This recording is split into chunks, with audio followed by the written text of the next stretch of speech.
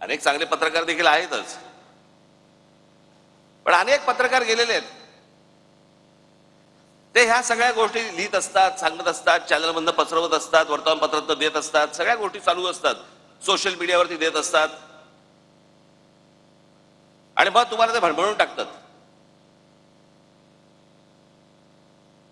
त्यातला सगळ्यात महत्वाचा भाग कुठला? 3 विषय मला मुद्दा म्हणून तुमच्या समोर मांडायचे आज. एक म्हणजे राज ठाकरे भूमिका बदलतात. मी ज्यावेळेला माझ्या काही पदाधिकाऱ्यांची, इतर सगळ्या लोकांची ज्यावेळेला मी बोललो त्यांच्याशी, मी म्हटलं तुम्हाला तरी माहिती आहेत का म्हटलं भूमिका बदलणं म्हणजे कशाला म्हणतात?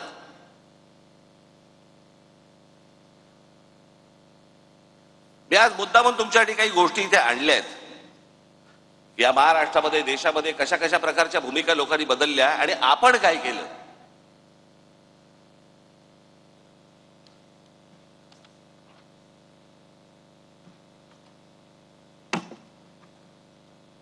थोडा मागे जातो, नंतर मध्यात परत येतो. मी काय सांगतोय तुम्ही नीट ऐका. या देशाला ज्या वेळेला स्वातंत्र्य मिळालं, त्या स्वातंत्र्य मिळाल्यानंतर पहिली निवडणूक या देशामधली ही 1952 साली झाली. आणि ह्या 52 साली ज्या वेळेला ही निवडणूक झाली, त्यावेळेला नुकताच राष्ट्रीय स्वयंसेवक संघाचा म्हणून त्यांचा एक पॉलिटिकल विंग ही जन्माला आली. तिचं नाव जनसंघ.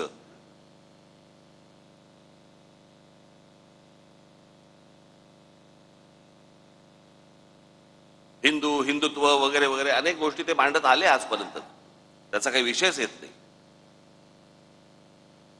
पण 75 साली इंदिरा गांधींनी या देशामध्ये आणीबाणी आणली आणि आणीबाणी आणल्यानंतर 77 साली ज्या वेळेला निवडणुका झाल्या, त्या 77 साली निवडणुका झाल्यानंतर देशभरामध्ये इंदिरा गांधींचा दारुण पराभव झाला. इंदिरा गांधी स्वतः हरल्या होत्या. मी जर चुकत नसेल तर मला असं वाटतं राजनारायण होते, राजनारायणांनी इंदिरा गांधींना हरवलं होतं. आणि मग जनता पक्ष नावाची, जनता पार्टी नावाची एक पार्टी उभी राहिली. त्याच्यामध्ये अनेक पक्ष होते. ज्या अनेक पक्षांपैकी एक जनसंघ देखील होता. 1980 साली त्यांच्यातल्या सगळ्या भांडणांमुळे 1980 साली परत निवडणुका झाल्या आणि इंदिरा गांधी परत विजयी झाल्या.